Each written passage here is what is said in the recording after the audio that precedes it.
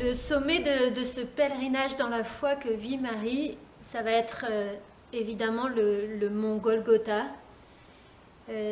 Marie prend, à la suite de son fils, elle prend résolument la route de Jérusalem. Elle ne connaît pas d'autre vocation que sa maternité et elle va mettre au monde jusqu'au bout son Sauveur, son Seigneur. Jésus dit, il n'y a pas de plus grand amour que de donner sa vie pour ses amis, que de donner sa vie pour ceux qu'on aime. Et Marie va, comme son fils, jusqu'au bout de l'amour. Elle va donner sa propre vie, sa propre chair, son propre sang, en donnant son fils, mais en se livrant elle-même aussi totalement. Le testament de Jésus sur la croix est tellement bouleversant. Jésus sur la croix qui voit sa mère et près d'elle le disciple qu'il aimait et qui dit à sa mère, « Femme, voici ton fils ». Puis il dit au disciple, « Voici ta mère ». En fait, le texte grec dit que Jésus ne dit pas Jésus voit sa mère, mais Jésus voit la mère. Et c'est toute la différence, c'est tout petit, mais en même temps, ça nous dit combien cette maternité de Marie, à ce moment-là, devient universelle. C'est vraiment à ce moment que Marie devient pleinement la mère du Sauveur en devenant notre mère par son sacrifice qui va jusqu'au bout. Rappelons-nous le cri de souffrance de Jésus pleurant sur Jérusalem. Jérusalem, Jérusalem, combien de fois j'ai voulu rassembler tes enfants dispersés et vous n'avez pas voulu.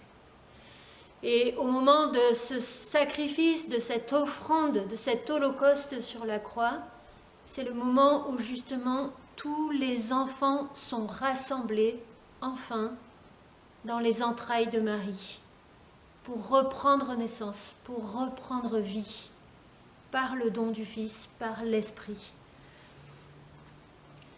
La maternité de Marie, à ce moment-là, dans l'Esprit, devient pleinement salvatrice. C'est lui, c'est vraiment l'Esprit Saint travaillant le cœur et les entrailles de Marie jusqu'au bout, qui donne à cette mère mourant avec son fils sur la croix, mourant à tout l'humain de sa maternité, d'être principe maternel de notre salut, de devenir véritablement maternité divine. Marie devient à ce moment-là la mère de tous les vivants. Marie devient la mère de tous les vivants, de cette vie nouvelle. L'Écriture ne dit rien des souffrances de Marie. Pas à un seul moment notre regard ne se détourne du Christ et des souffrances du Christ, comme le regard de Marie ne se détourne pas à un seul instant des souffrances de son Fils. Parce que là est la rédemption, dans ce que le Christ est en train d'accomplir sur la croix. Et Marie est tout entière plongée dans l'unique mystère de la rédemption. Il n'y a qu'une seule croix au calvaire. Il n'y a pas deux croix, celle du Fils et celle de la mère. Il n'y a qu'une seule croix et les deux y sont crucifiés ensemble. Il n'y a qu'une seule oblation, qu'une seule offrande. Il y a cette union parfaite des volontés. Les pères de l'Église diront « socia passionis », associé de la passion. Voilà comment ils appelleront Marie, associée de la passion. Socia passionis. La lance qui ouvre le côté du Fils transperce véritablement le cœur de sa mère. Au sacrifice de la messe, alors dans la traduction française, on n'a pas ce passage-là, on l'a en Italie, quand j'allais à l'Eucharistie, on l'avait On l'a en latin. Le prêtre dit au tout début de la prière eucharistique, il dit que le Seigneur accueille mon sacrifice et le vôtre. Eh bien, jamais ce mien et ce tien n'ont été aussi unis et aussi liés qu'au moment du sacrifice au calvaire où Marie s'unit à son fils. Elle est celle qui porte cette goutte d'eau. Rappelez-vous ce que dit le prêtre au moment où il verse cette goutte d'eau dans le calice. Le prêtre dit à ce moment-là, comme cette eau se mêle au vin pour le sacrement de l'alliance, puissions-nous être unis à la divinité de celui qui a pris notre humanité. Marie est celle qui porte cette goutte d'eau et elle est même cette goutte d'eau. Elle unit notre humanité tout entière à la divinité de son Fils sur le calvaire. Et ce que l'Église accomplira et deviendra, parce que l'Église deviendra mère par le sacrement de la chair et du sang, Marie le vit en première personne, dans sa chair et dans son sang.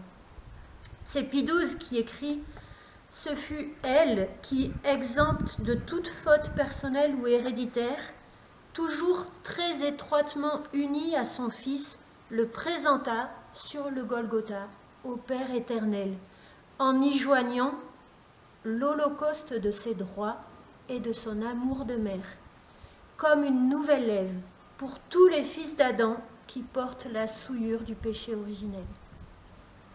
Ainsi, celle qui corporellement était la mère de notre chef devient spirituellement la mère de tous ses membres par un nouveau titre de souffrance et de gloire. Nicodème avait demandé à Jésus comment un homme devenu vieux peut-il renaître? Est-ce qu'il peut rentrer de nouveau dans le sein de sa mère? Et Jésus donne sa pleine réponse sur la croix. Oui, tu peux rentrer de nouveau dans le sein de ta mère et renaître en Marie, par Marie. Au cœur de Marie, comme au cœur de son Fils, vit cet unique commandement qui est double, qui est le commandement de l'amour de Dieu et l'amour du prochain.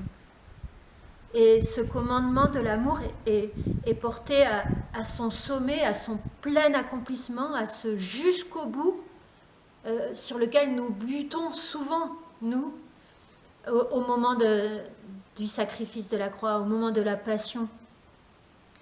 Aimez-vous les uns les autres comme je vous ai aimé, dit Jésus. Et Marie entre dans cet amour-là. Elle y entre par le don du Saint-Esprit qui est la personne amour. Et elle nous aime jusqu'au bout. Marie nous aime jusqu'au bout en nous livrant Jésus. Marie, au moment de la question de Pilate, « Qui voulez-vous que je vous relâche ?» Toute la foule s'est mise à crier « Barabbas !» Marie probablement était là. Elle n'a pas crié « Jésus !» Marie a donné son fils, a donné Jésus et elle s'est offerte avec lui pour le salut de tous les Barabbas de la terre et pour mon salut. Marie, elle est dite co-rédemptrice, non pas comme si il manquait quelque chose à la rédemption du Christ. La rédemption du Christ est efficace en elle-même, il ne lui manque rien. Il est l'unique rédempteur et la co-rédemption de la mère n'enlève rien à la rédemption du Fils. Mais c'est tout le contraire. Elle en manifeste toute la valeur.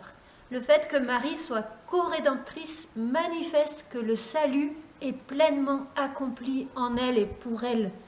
Pourquoi? Parce que Marie manifeste la valeur de ce don qu'est l'Esprit, de ce don qu'est cette vie nouvelle qui nous fait enfin parvenir au sommet de l'amour.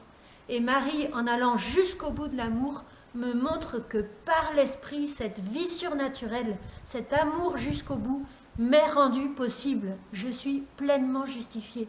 Je deviens juste dans le juste avec un grand J. Marie est capable de ce don tout entier d'elle-même. Et par la mort de son fils, elle devient la plus parfaite des enfants d'Adam rachetés. Parce qu'elle est tout à la fois le fruit premier de la rédemption et le premier germe de la régénération. Elle entre pour nous dans cette vie nouvelle et elle nous y fera entrer en nous y enfantant dans ses entrailles maternelles. Et vous voyez, les paroles se taisent devant un si grand mystère où une créature, Marie, n'est plus que le sacrement de la vie divine qui se donne dans l'amour. Marie, au pied de la croix, n'est plus que le sacrement de la vie divine qui se donne dans l'amour. Maximilien dira, en Marie s'unissent le ciel et la terre, tout le ciel et toute la terre, tout l'amour éternel avec tout l'amour créé. C'est le sommet de l'amour. On reste ébloui devant l'œuvre de la rédemption, et là on a la véritable mère des douleurs. Là on a la pietà dans ce sacrement de l'amour qui est là sous nos yeux. La figure toute pure de cet amour qui se vit au sein de la Trinité.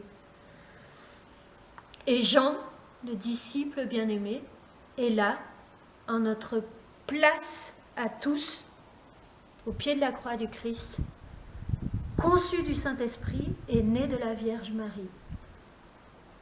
Jean, disciple bien-aimé. Josette, disciple bien-aimé. Véronique, disciple bien-aimé. Jean-Luc, disciple bien-aimé. Bernard, disciple bien-aimé. Gérard, disciple bien-aimé. Jean-Pierre, disciple bien-aimé. Nous sommes appelés, du coup, parce que c'est à cet amour-là que la Vierge Marie nous enfante. Et si nous sommes ses enfants bien-aimés, ses enfants de prédilection, elle va nous conduire, nous aussi, à ce jusqu'au bout de l'amour. Regardez Maximilien, dans le bunker de la faim, qui accompagne les autres prisonniers, qui les soutient, qui se donne jusqu'au bout et qui les enfante par l'esprit au pardon, à la réconciliation, à la paix et finalement à la vie éternelle. Amen. Le défi d'aujourd'hui, tout simple, je t'invite à prendre un temps avec Marie au pied de la croix et à prier le chapelet de la miséricorde avec Marie. Qui mieux qu'elle? Elle fait la première partie, tu fais la seconde. La première partie, c'est Marie, vraiment Père éternel, je t'offre le corps et le sang, l'âme et la divinité de ton Fils bien-aimé, notre Seigneur Jésus-Christ. Et toi tu réponds, en réparation de nos péchés et de ceux du monde entier. Et Marie reprend, par sa douloureuse passion, sois miséricordieux pour nous et pour le monde entier. Voilà, bon temps de prière avec Marie. Soyons emportés jusqu'au bout de l'amour. Sois très bénis et à demain.